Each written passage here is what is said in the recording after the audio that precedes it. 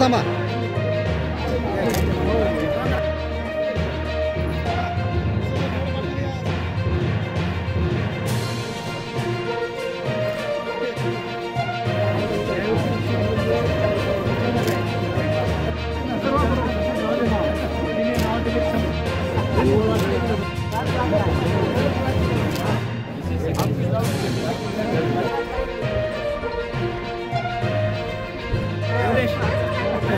पर्यवेक्षक, मुख्याध्यापक, प्राचार्य अशा पद्धतीने त्यांना शिस्तीने काम केलेले आहे. एक आदरयुक्त अशा प्रकारच्या विद्यार्थ्यांमध्ये त्यांचा दहशत होता. कुठल्याही प्रकारचं अडचणीचं कामाला ते स्वतः सारत होते, चार पैसे त्यासाठी लावत होते. परवा ते असं म्हणाले, वारकड गुरुजी मान्य आमदार साहेबांना बोलून घ्या. म्हटलं का? नाही, मला तर शुभेच्छा ते देतीलच चिखलीकर साहेब, परंतु या शाळेच्या पलीकडे आपली शाळेची जुनी इमारत आहे.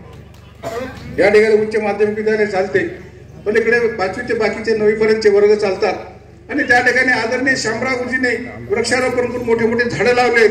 परंतु भिंती ह्या सगळ्या मातीच्या आहेत आणि म्हणून बोधेवाळ सरांची अशी विनंती होती की साहेबांना बोलवा आणि आपल्याला साहेबांसमोर तो विषय ठेवूया. या ठिकाणी साहेबांना निवेदन दिले, मी थोडक्यात निवेदन सांगणार आहे. अशा पद्धतीने बोधेवाळची जाता जाता देखील सेवानिवृत्ती झाल्यावर या शाळेची भौतिक प्रगती झाली पाहिजे अशी त्यांची इच्छा आहे. आदरणीय साहेबांसंबंधी मी जास्त बोलावं असं नाही, ते आपले लोकनेते आहेत, छोट्या मोठ्या कामात देखील आपल्याला मदत करतात. खरोखरच या कार्यक्रमाचे अध्यक्ष आणि या कार्यक्रमाला प्रमुख पाहुणे म्हणून लाभलेले आमचे आदरणीय लोकनेते, लोकप्रिय आदरणीय चिखलीकर साहेब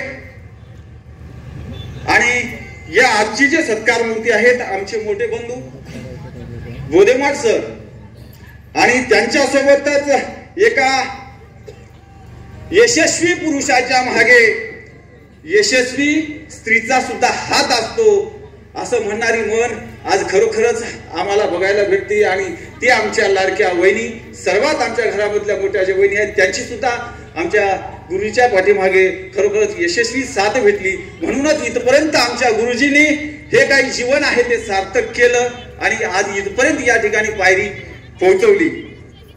आणि विशेष सांगायचं म्हणजे सर, पिढी घडवायचे काम, देश घडवायचे काम जर या जगामध्ये करत असेल तर शेतकरी आमचा बळीराजा, सीमेवरचा सैनिक आणि आपणात सर्वसामान्य लोकांमध्ये वावरणारा तो शिक्षक करतो. आणि त्या शिक्षकाचा, कार्याचा असेल, पदोन्नतीचा असेल किंवा निवृत्तीचा असेल, त्याचा गौरव होणं हा यथोचितच आहे. आणि ह्या यथोचित गौरवामध्ये अनेक प्रकारचे माध्यम आहेत. मला एक काल परवा मी हे करत असताना 1992चा मला पेपर सापडला आणि त्याच्यामध्ये ओमान नावाचा देश होता. सर, मी प्रथमतः माफी मागतो, तुमचे 2 मिनिटं घेतोय. ओमान नावाचा देश होता आणि त्या देशाचे त्या ठिकाणी राष्ट्राध्यक्ष होते, त्या ठिकाणी राजवट होती, राष्ट्राध्यक्ष होते, पंतप्रधान होते, पण त्या राष्ट्राध्यक्षाच्या मनाने कारभार चालायचा. आणि त्यावेळेस त्या राष्ट्राध्यक्षांनी भारताचे पंतप्रधान, भारताचे राष्ट्रपती शंकरदयाळ शर्मा त्या ठिकाणी ओमान देशामध्ये गेले आणि त्या देशामध्ये गेल्याच्या नंतर त्या ओमानच्या राष्ट्राध्यक्षांनी स्वतः त्यांनी कार चालवत विमानामधून त्यांना घेऊन त्यांचा कार्याचा गौरव केला आणि त्यांना घेऊन गेलं. तर त्यांनी एका पत्रकाराने बीबीसीच्या विचारलं त्यांना, सर म्हणे आतापर्यंत खूप अमेरिकेचे राष्ट्राध्यक्ष आले, लंडनचे आले, संपूर्ण जगाचे आले, तुम्ही विमानावर गेला नाहीत, पण आज असं काय घडलं म्हणे तुम्ही भारताचे राष्ट्रपती शंकरदयाळ शर्मा त्या ठिकाणी आले आणि तुम्ही तिथे गेलो. तर त्या ठिकाणी त्या राष्ट्राध्यक्षांनी सांगितलं, सर म्हणले असं नाहीये, त्यांचं आणि माझं नातं जगा वेगळं आहे.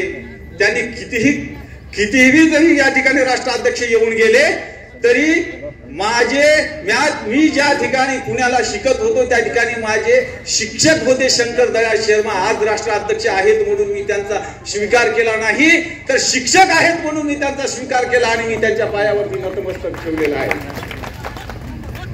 तर अशा ह्या परिस्थितीमध्ये शिक्षणाचं महत्व काय या जगाला माहित आहे आणि अनेक थोर पुरुषांनी या ठिकाणी शिक्षणाचं महत्व तुम्हाला सर्वांना पटवून दिलं. मी 2000 पासून ओळखतो. एवढा धडाडीचा आणि एवढा सामर्थ्यवान नेता मी परिसरात नाही, अख्ख्या महाराष्ट्रामध्ये पाहिला नाही. कारण कोणतीही छोटी गोष्ट असू द्या. मी 2000 ला साहेबाकडे गेलो होतो. माझे मित्र प्रल्हाद उमाटे क्लासमेट, त्यांना सांगितलं बा असं असं आहे काम माझं. ते म्हणले ये साहेब आहेत घरी ये. साहेब समाज कल्याण अधिकारी शेंदारकर साहेब होते. माझ्या छोट्या भावाचं दरवर्षी एका वर्षाचंच अप्रूव्हल निघत होतं. मी म्हणलं साहेब त्यांना परमनंट करत नाहीत, 3 वर्ष झालं सतत एक वर्षाचं अप्रूव्हल द्यायला. त्यांनी उचलला फोन लावला आणि त्या एका फोनवर त्यांना दुसऱ्या दिवशी पूर्ण वेळ कायमचं अप्रूव्हल दिलं. तेव्हापासून माझ्या हृदयामध्ये प्रताप पाटील आहेत. म्हणून मी आग्रह संस्थेने धरला, सर मी कार्यक्रम घेतो, मात्र प्रताप पाटलाची वेळ घेऊन आमची पहिली वेळ दिली होती. त्यांनी एका शब्दामध्ये खरं म्हणजे त्यांनी वेळेला कधीच आळावेळा घेतला नाही. म्हणल्या बरोबर त्यांनी वेळ दिली आणि 31 तारीख दिली होती. आता काही कारणास्तव चुकली आणि नंतर माळेगाव सुरू झालं. नंतर त्यांची कॅबिनेटची बैठक होती. नंतर मला वेळ मिळाली. मी 2 दिवसांनी माझे बरेच मित्र मी त्यांच्यापासून वंचित राहिलो, कारण त्यांच्यापर्यंत पोहोचू शकलो नाही. मला 2 दिवसाचा वेळ मिळाला होता कार्यक्रमाला, म्हणून मी साहेबाला बोलवलो. आणि दुसरे अध्यक्ष हे माझे गुरुवर्य आहेत. मला 8वी ते 10वी पर्यंत या शाळेमध्ये त्यांनी मला शिकवलं, त्यांनी मला घडवलं, नोकरी दिली. त्याचबरोबर त्यांच्याबरोबर आणि त्यांच्या सोबतचे जे सहकारी होते त्यांच्याबरोबर काम करण्याची मला संधी मिळाली. त्यांचे संस्कार माझ्यावर पडले आणि माझं आयुष्य पूर्ण बदलून गेलं. कारण गुरुजीनं मला एवढ्या जबाबदाऱ्या दिल्या. शिक्षक म्हणून दिल्यानंतर सुपरवायझर केल्यानंतर मुख्याध्यापक केलं, प्राचार्य केलं. एवढंच नाही तर रत्नाकर पतपेढी संस्था हे 2-3 शाळेचे शिक्षक चालवतात. मला 10 वर्ष सचिव म्हणून काम करायची संधी दिली. एवढंच नाही तर अध्यक्ष म्हणून आजपर्यंत 2016 पासून मी त्या संस्थेचा अध्यक्ष आहे. हे बिनविरोधी या संस्थेने सांगितलं तसं काम करत होतं आणि माझ्यावर जबाबदारी टाकली आणि मी यशस्वीरित्या पार पाडण्याचा प्रयत्न केला. मुख्याध्यापक पद असताना मी जे मला जेवढं करता येईल शैक्षणिक दृष्ट्या उपक्रम राबवताना जेवढं करता येईल तेवढं मी प्रामाणिकपणे मी प्रयत्न केलेला आहे. जेणेकरून आज आपण पाहतो की 2000 पासून दरवर्षी स्कॉलरशिप 7वी असेल की 8वीची असेल की 5वीची असेल, दरवर्षी 3 ते 4 पोरं मी स्कॉलरशिप होल्डर करतो. NMS मध्ये 3-4 वर्षापासून 2-2, 3-3 पोरं मी NMSच्या परीक्षेला म्हणजे 50 बसवतो. मला 3-4 पोरं क्वालिफाईड करतो आणि एवढा म्हणजे तगादा असते माझ्या शिक्षकाचा किंवा तुम्ही विद्यार्थ्यांसाठी आहात. आणि जसं जे का रंजले गांधले अशी या पद्धतीनं मी प्रत्येकाचं सामील झालो आणि मला एक म्हणजे दुःख भरपूर वाटते. माझा मित्र दोघे 10वीला पास झालो आणि त्याला DED ला नंबर लागला. DED ला नंबर लागल्यावर त्याला फक्त 90 रुपये फी होती, महिना 90 रुपये भरायचे. तो भरू शकला नाही, त्याला शिक्षणाचं महत्व कळालं नाही. आज तो शेती करतो म्हणजे त्याचे 3 पिढ्या 5 पिढ्या शेतामध्येच राबतात. तेच शिक्षक झाला असेल तर त्याच्या मुलाची प्रगती झाली असती, त्याच्या 4 पिढ्या चांगल्या झाल्या असत्या. म्हणून शिक्षणाचं एवढं महत्व मला वाटलं. म्हणून आपल्या गावचा एक विद्यार्थी 9व्या वर्गापर्यंत शेळ्या वळवत होता. मी त्याला बोलून घेतो, तुला शिक्षणाची आवड आहे का? त्यांना आहे सर, मग शेळ्या वळवतात. तू शेळ्या सोडून दे. त्याच्या वडिलांना जाऊन भेटलो, वडिलांना सांगितलं बा त्याला शिकू द्या, हुशार आहे. तर त्यांनी शेळ्या सोडल्या. 9वी आणि 10वी 2च वर्ष शाळा केली. तो पॉलिटेक्निकल झाला. तो एका कंपनीमध्ये चांगल्या पदावर इंजिनियर म्हणून आहे. म्हणजे मला असे कितीतरी अनुभव माझ्या जीवनामध्ये आलेले आहेत. मला खरं म्हणजे अक्षरशः आई वडील माझ्या अडाणी, घरची परिस्थिती तशी आणि पुन्हा शिक्षणाचं महत्व केव्हा कळालं, मला नापास झाल्यानं कळालं. शिक्षणाचं महत्व हे मला नापास झाल्यानंतर कळालं. शिक्षण म्हणजे काय असते, कोणत्या पदावर कोण काय करू शकतो शिक्षणामुळं. म्हणून मी जेवढे जेवढे गरीब असतील त्यांना मी आर्थिक सहाय्य करत गेलो, कपडे करत गेलो, जे पाहिजे तुला काय अडचण आहे म्हणून त्यांच्या पालकाशी संपर्क करण्याचा मला योग मिळाला. म्हणून मी यशस्वी झालो असं मला तरी वाटते. कारण आमचे आई वडील हे साधे भोळे आणि भावनिक आहे आणि आमचं घरचं वातावरण हे एक चांगलं सांप्रदायिक वातावरण आहे. माझ्या वडिलांचा आशीर्वाद, जसं आपण वि स खांडेकरची ययाती वाचली असेल, ययातीमध्ये फक्त त्या पद्धतीनं माझं जीवन जगलेलं आहे. वि स खांडेकरनं त्या ययातीला एक ज्ञानपीठ पुरस्कार मिळालेला आहे. तसं माझं जीवन झालेलं आहे. ज्यांनी जन्म दिला माझा परतफाळ मला दुसऱ्याने केला. माझ्यावर एवढ्या जणांचे उपकार आहेत मी सांगू शकत नाही. कारण म्हणजे कॉलेज पासून म्हणजे 10वी पासून ते माझं पूर्ण शिक्षण होईपर्यंत प्रत्येकाने मला लागल तशी मदत केली आणि मी जीवन जगलेलं आहे. म्हणजे जीवन म्हणजे काय, जे एक शेक्सपियरनं सांगितलंय, earth is stage, life is drama, we are actor, God is director. हे पृथ्वी हे रंगमंच आहे. Earth is stage, life is drama, जीवन एक नाटक आहे. वी आर ऍक्टर, तुम्ही एक त्या तिथल्या नाटकाचे कलाकार आहात, तुम्हाला पात्र वटवावंच लागणार आहे आणि ते पात्र वटिलेलं आहे. आणि गॉड इज डायरेक्टर म्हणजे ईश्वर हा दिग्दर्शक आहे. म्हणून माझा जीवनामधला सार हा नाटक आहे.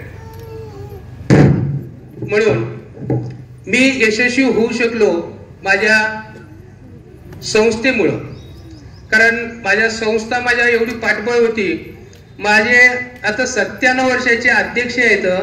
प्रत्येक एक दिवस सुद्धा आड नसेल की ते मला फोन लावणार आहे, काय अडचण आहे काय, फक्त एवढंच बोलायचे काय अडचण आहे काय. अडचण काही नाही, त्याच्यापर्यंत कोणती अडचण मी जाऊ दिली नाही. म्हणून या संस्थेमुळं माझ्या पाठीमागं असल्यामुळं मी इथपर्यंत यशस्वी होऊ शकलो आणि शाळेलाही प्रगतीपथावर नेऊ शकलो. कारण प्रत्येक वर्षाचा निकाल बघा, माझा 95-96% पर्यंत 10वी आणि 12वीचा निकाल आहे. प्रत्येक उपक्रमामध्ये आता हे माझा तर छंद होता, जानेवारी महिना आला म्हणजे आमचा सणच आला असं वाटत गेले. सण आला असं वाटत गेलंय. मी मुलांना एवढं खेळून खिदळून नाचून एक महिना कसा जात होता आमचा 26 जानेवारीचा सांस्कृतिक कार्यक्रमामध्ये. मला नाटकाची आवड होती. नाटकाची आवड असल्यामुळे दरवर्षी मी 1-2 नाटकं बसवायचे. एवढंच नाही तर उस्मानगरच्या ग्रामपंचायतीचा कार्यक्रम ठेवला होता. मी 4.5 तास कार्यक्रम एका स्टेजवर घेतला होता.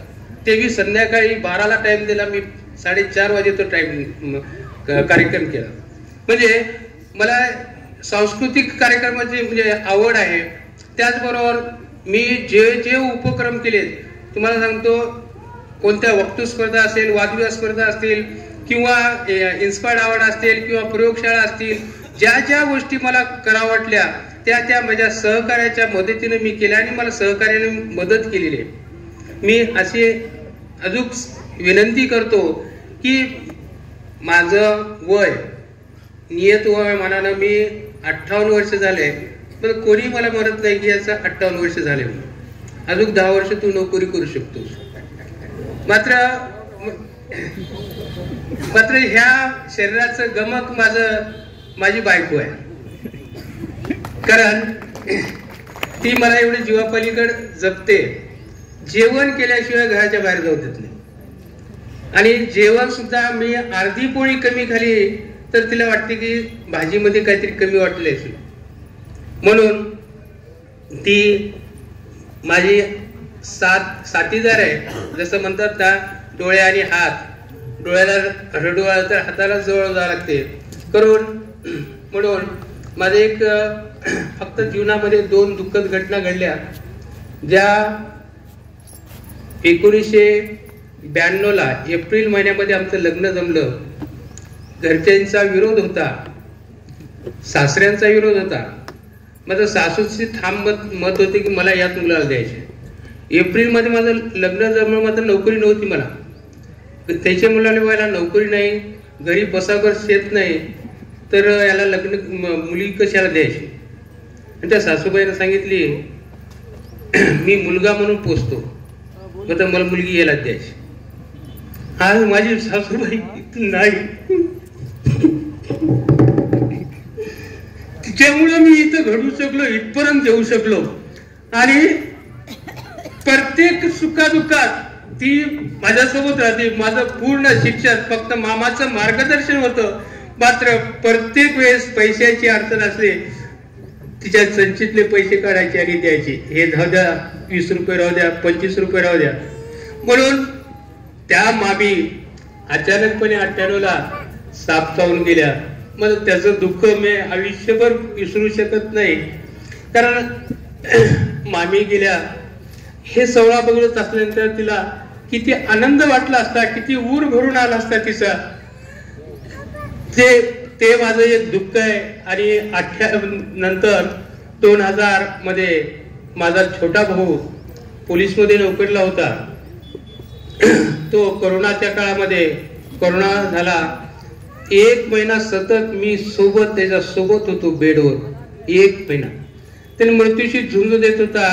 नांदेडला होता, औरंगाबादला येऊन गेला, मात्र ते सुद्धा मी वाचू शकलो नाही. हे 2च जीवनामध्ये माझे दुःख आहेत, ते कधीच भरून निघणार नाहीत. म्हणून मी माझ्या संस्थेचे, माझ्या सहकार्याचे मी ऋणी राहतो. कारण आभार मानत नाही, त्यांच्यात ऋणात राहतो. आणि तुम्ही माझ्या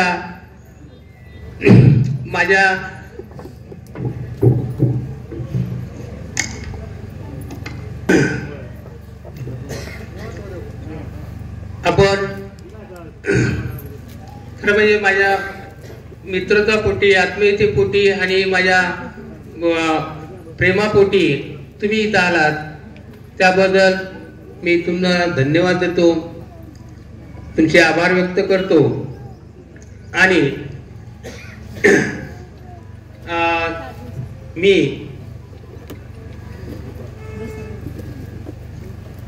शाळेसाठी सेवानिवृत्त झालं. खरं म्हणजे सगळ्यांनाच माहित आहे, इथल्या परिसरातल्या सगळ्याच लोकांना माहित आहे की ही शाळा डोनेशन शाळा नाही. हे कोणाला पैसे मागत नाही, नोकरीला सुद्धा मागत नाहीत, कोणत्याही गोष्टीला मागत नाही. मात्र मी सेवानिवृत्ती झाल्यानंतर माझ्या शाळेसाठी मी 1 लाख रुपये जाहीर करतो. धन्यवाद सर, एवढं ऐकून घेतलात आणि मी सगळ्यांचे आभारी. माहित आहे, सूर्यप्रकाशामुळे लाटा येत नाही, चंद्रप्रकाशामुळे लाटा येत असतात. ज्या मतांच्या लाटा आल्या, त्या लाटा ज्या आल्या गेली अनेक वर्ष खासदार झाल्यापासून ते आज तागायत शीतल अशा प्रकारचा प्रकाश त्यांनी जनतेला दिला. आणि त्यामुळे या मतांच्या लाटेमध्ये स्वार होऊन ते निवडून आलेले आहे.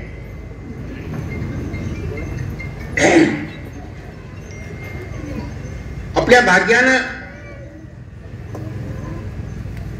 आणि अजून एक गोष्ट या ठिकाणी भाग्याची आहे की आपण अशा अमृत कालामध्ये आहोत.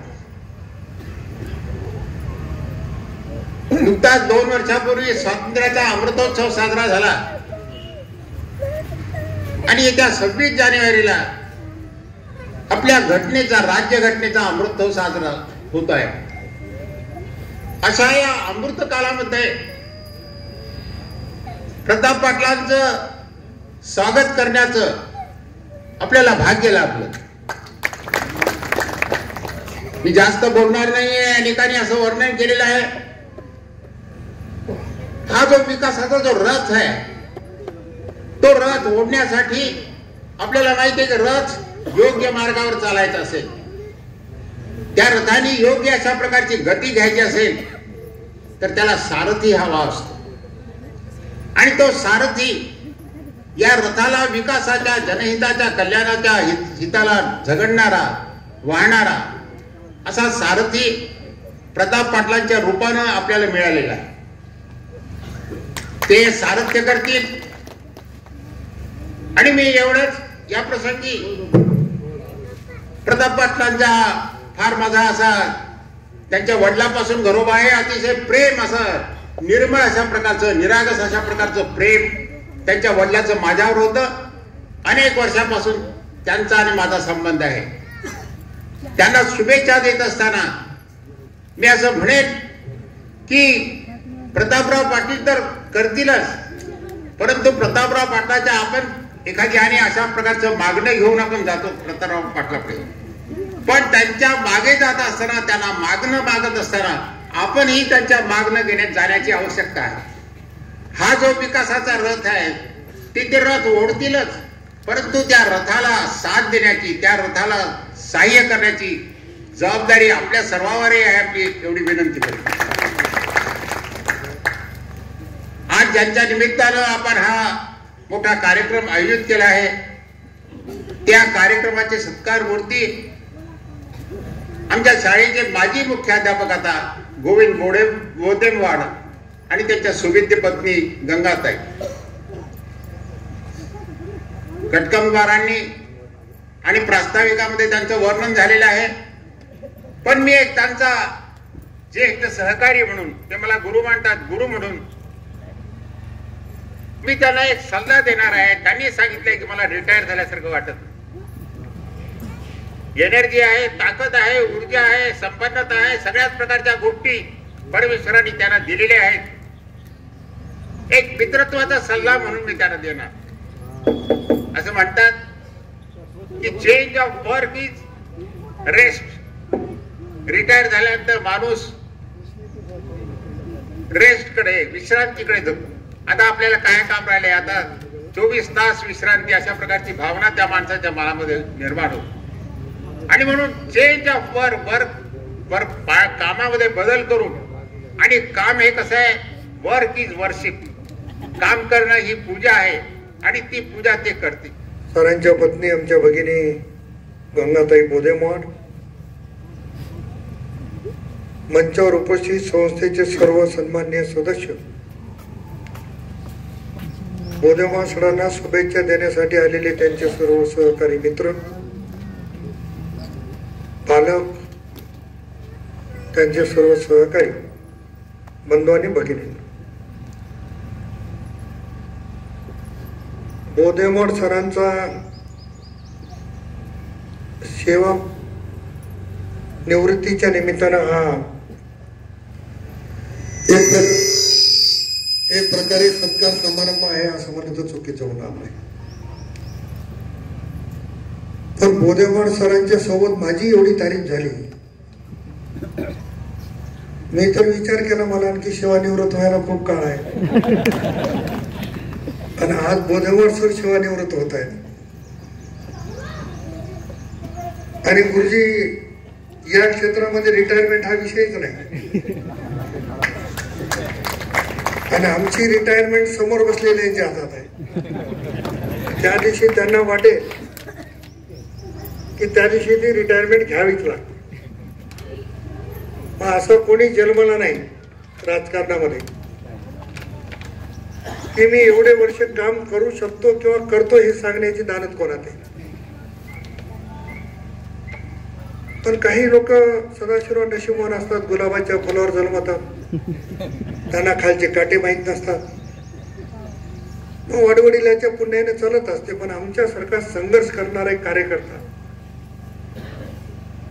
एक सामान्य कुटुंबातून जन्मलेला कार्यकर्ता, कधी जागीरदार गुरुजीलाही वाटलं नसेल की बाबा गोविंदराव पाटलाचा मुलगा आमदार होईल, खासदार होईल, कारण ते आमच्या वडिलाच्या सोबत होते. त्याने आमच्या वडिलाला बघितलेलं आहे, ऐकलेलं आहे, एकत्र राहिलेलं आहे. पण शेवटी तुमच्या मनामध्ये जे आहे, तुमच्या हातामध्ये जे आहे, त्याच्यावर सगळ्या राजकीय लोकांचं भवितव्य आहे. बोदेमवाड सरांना शुभेच्छा देताना मला वाटते आमचे सुरेशराव भाष्टे म्हणाले की बोधेमोर सर एकदा नापास झाले होते. मला आनंद वाटला की मला आपल्या बरोबरीला कोणतरी आहे. कारण माझा प्रवास तर सगळीकडेच असा आहे की मी एका वर्गात, आणि मला इतके वर्ग मित्र आहेत की मी एका वर्गात 2-2 वर्ष राहायचो. आताही मला बरेच जण भेटले की म्हणतात तू माझा वर्ग मित्र आहे. मला तर ओळखच नाही. तर किती वर्ग मित्राची आठवण ठेवायची.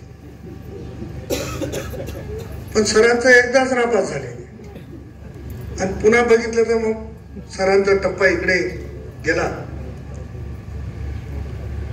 सर अतिशय भावुकही झाले. ही गोष्ट खरी आहे. आपल्या जीवनाला वळण कोण लावतं, आपल्या जीवनाला आकार कोण देतो, अशांची आठवण होणं आणि त्याच्यामधनं भावुक होणं हे स्वाभाविक आहे. सुरेशरावच्या बद्दल बोलले, अनेकांच्या बद्दल सांगितलं की आई वडिलांनी मला जन्म जरी दिला असेल तरी मला अनेकांनी मदत केली. आणि त्याची आठवण ठेवून दरवर्षी त्यांनी देखील त्याची परतफेड करण्याचा वेगळ्या पद्धतीनं प्रयत्न शाळेमध्ये केलाय असं म्हणलं तर चुकीचं होणार.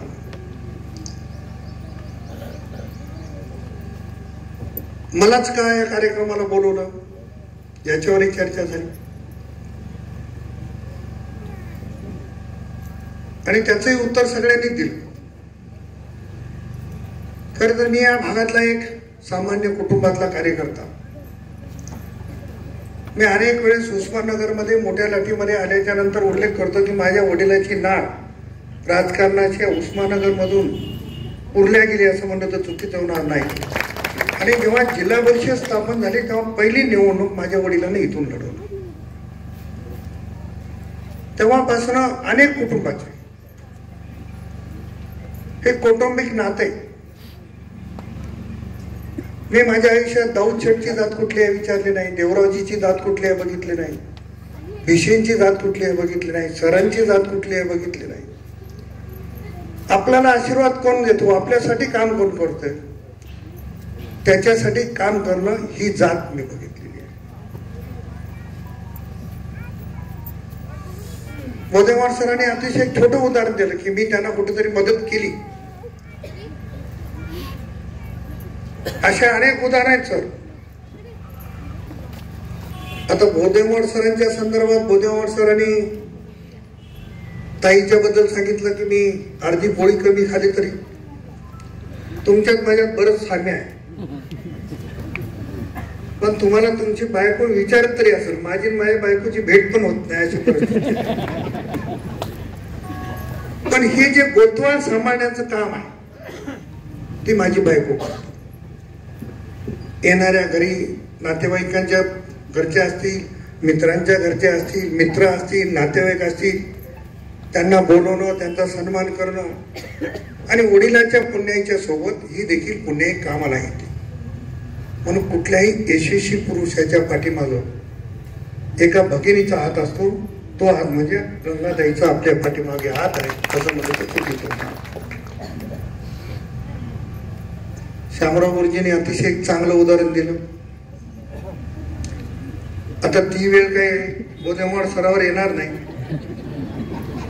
कारण या क्षेत्रात रिटायर झालेल्या माणसाला पुन्हा संधी देण्यासाठी प्रताप पाटील चिखलीकर आहे. असे कितीतरी उदाहरण आहे. माझे मेहुणे रिटायर झाले होते.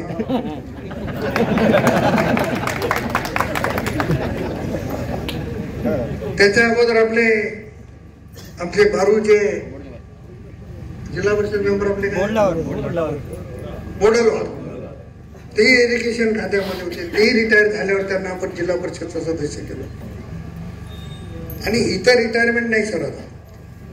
आणि तुम्ही सांगितलं की मी रिटायर झालो तरी मला आणखी लोक म्हणायला लागले की 10 वर्ष, आता इथे 20 वर्ष काम करा आणि माझ्यासोबत खांद्याला खांद्या लावून करा. तिथं देखील निश्चितपणानं सन्मान तुमचा केला जाईल एवढं या ठिकाणी सांगणार. काही गोष्टी इथं निवेदनं दिली. सुरेशरावने उल्लेख केला की उस्माननगर म्हणजे मोठी लाट तालुका झाला पाहिजे. मी मागे आमदार असतानाही तशा पद्धतीचा पत्रव्यवहार केलेला सरांना माहिती आहे. मध्ये बातम्या सुरू झाल्या की उदगीर जिल्हा होणार आणि उदगीर जिल्ह्यामध्ये ही गावं जाणार ती गावं जाणार, ह्या ज्या फेक बातम्या होत्या याचा बंदोबस्त करण्याला मी तशा सूचना दिल्या. पण 2029ला सर्व चित्र बदले. मतदारसंघ बदलतील, लोकसभेचे मतदारसंघ बदलतील, त्यावेळेस काही जिल्ह्याच्या निर्मित्या होतील, काही तालुक्याच्या निर्मित्या होतील. निजामाच्या काळामध्ये उस्माननगर हा तालुका होता. त्यामुळे सरकारला निर्णय करताना प्राधान्यानं उस्माननगरचाच विचार करावा लागेल आणि उस्माननगरच्या तालुक्याच्यासाठी मी स्वतः प्रयत्नशील राहील एवढे या निमित्ताने या ठिकाणी सांगणार. डिलिमिटेशन 29ला होणार आहे. माझ्या माहितीप्रमाणे आता 9 विधानसभा मतदारसंघाचे 12-13 विधानसभेचे मतदारसंघ नांदेडमध्ये होते. लोकसभेचे मतदारसंघ 1.5 पटीने वाढणार आणि त्याच्यामध्ये 30% महिला भगिनीसाठी राखीव करण्याचा निर्णय या देशाचे पंतप्रधान आदरणीय नरेंद्र मोदी साहेबांनी घेतला. त्यामुळे समोर बसलेल्या आमच्या भगिनीमधनं उद्या कोणी आमदार होऊ शकते, कोणी खासदार होऊ शकते. कुठला मतदारसंघ कोणाला राखीव आहे हे काय आपल्याकडे नाही. डिलिमिटेशन मध्ये जाईल आणि माणसाच्या जीवनातलं रहस्य सांगताना मी जो काही या निवडणुकीत उभा आहे याचं खरं श्रेय यांना आहे. सगळ्या लाडक्या बहिणी माझ्या मोबाईल होत्या आणि सगळे लाडके मिळवणे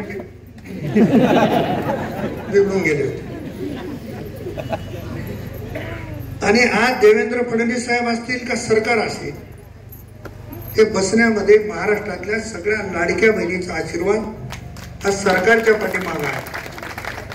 म्हणून हे सरकार यशवंतराव चव्हाण साहेब मुख्यमंत्री असताना म्हणजे पहिले मुख्यमंत्री, त्यानंतर एवढं बहुमत मधल्या काळामध्ये महाराष्ट्रात कधीच मिळालेलं नाही. 232 + 5 237 आमदार हे महायुतीचे. आमच्या महिला भगिनीची ताकद म्हणजे स्त्री शक्ती आपण जी म्हणतो ते काय बदल करू शकते या निवडणुकीच्या निमित्तानं त्यांनी दाखवून दिली.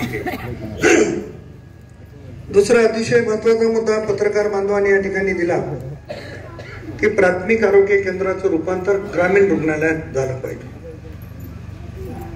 निश्चित वाढती लोकसंख्या लक्षात घेता आपल्या प्राथमिक आरोग्य केंद्राची श्रेणीवाढ होण्यासाठी माझा या ठिकाणी प्रयत्न राहील एवढे या ठिकाणी सांगणार आहे. बाकी गोष्टी बऱ्याचशा दिल्यात. पाणी पुरवठा योजनेचं मागे इथं खूप नाटक रंगलं. याने भूमिपूजन, त्याने भूमिपूजन, पडलेल्याने भूमिपूजन, निवडून आलेल्याने भूमिपूजन, तरी ती योजना आतापर्यंत कंप्लीट नाही. पण येणाऱ्या 8-10 दिवसामध्ये माननीय जिल्हाधिकाऱ्याकडे, माननीय मुख्य कार्यकारी अधिकाऱ्याकडे या संदर्भातली बैठक लावून ही पाणी पुरवठ्याची हीच नाही तर तालुक्यातल्या सगळ्या योजना पूर्ण करण्याच्यासाठी माझा प्रयत्न या ठिकाणी राहणार आहे. संस्थेच्या संदर्भानं निवेदन मला या ठिकाणी दिलं की संस्थेला भौतिक सुविधा उपलब्ध करून देण्याच्या संदर्भातली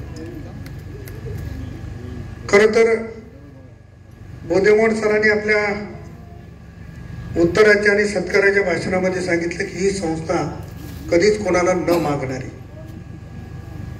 आणि त्याच्यामुळं कदाचित एवढे वर्ष मागे. आणि आजकाल कसं आहे, कागदावर संस्था खूप आहे, कागदावरच विकास आहे, पण इथं प्रॅक्टिकल सगळं काम चालत असताना या संस्थेमध्ये ज्या काही भौतिक सुविधाच्या संदर्भात आपण मला निवेदन दिलेलं आहे, ही संस्था, या संस्थेचं माझं काही देणं लागते हे समजून या संस्थेचा एक हित चिंतक जे मला करता येईल ते प्रामाणिकपणाने या संस्थेमध्ये करण्याचा प्रयत्न आहे. क्रीडांगण विकासाच्यासाठी आपण उल्लेख केला, त्यालाही घेऊ. ओपन जिम करायला जागा असेल तर ओपन जिमलाही परवानगी देऊ आणि जे जे म्हणून करता येईल ते सगळं करण्याचा माझा निश्चितपणानं प्रयत्न राहणार आहे. तसं खूप गोष्टी, बरेच निवेदन आहेत, बऱ्याच गोष्टीवर बोलायची इच्छा होती, परंतु बरेच कार्यक्रम पुढे आहेत आणि त्याच्यामुळं माझ्यामुळं बोधेमोड सरांना सदिच्छा शुभेच्छा देण्यासाठी आलेल्या मंडळीला थांबावं लागलं. त्यांची या ठिकाणी दिलगिरी व्यक्त करतो. म्हणून बोधेमोड सर, तुम्हाला शतायुष्याच्या मी निश्चितपणानं शुभेच्छा देतो आणि तुमचं शतक साजरं करताना मी उपस्थित राहावं अशी परमेश्वर, आणि माझाही स्वार्थ आलाच नाही. तुमचं शतक साजरं करायचं तुम्हाला जिवंत राहावं लागेल आणि ती संधी परमेश्वराने द्यावी अशी परमेश्वराकडे प्रार्थना करतो. भविष्य काळामध्ये आपण सगळे मिळून एकत्रितपणानं काम करून एवढी अपेक्षा व्यक्त करून मला बोलवलं, माझा सन्मान केला. जेवढं पाहिजे त्याच्यापेक्षाही माझी थोडीशी तारीफ आधीची झाली असं मला वाटतंय. पण एक सामान्य कुटुंबातला कार्यकर्ता, गावचा सरपंच, ते देशाच्या सर्वोच्च सभागृहाचा आणि त्याच्यानंतर आता परत राज्याच्या सभागृहाचा. खरं म्हणजे शिक्षण क्षेत्रात किंवा इतर नोकरीमध्ये प्रमोशन होते, आमचं प्रमोशन झालेलं वर्ष झालं, खासदाराचा परत आमदार झालो, तरी आपल्या मनामध्ये माझ्याबद्दल एवढं प्रेम आणि आहे. असाच आपला सर्वांचा आशीर्वाद असू द्यावा अशी प्रार्थना करून थांबतो. जय हिंद, जय महाराष्ट्र.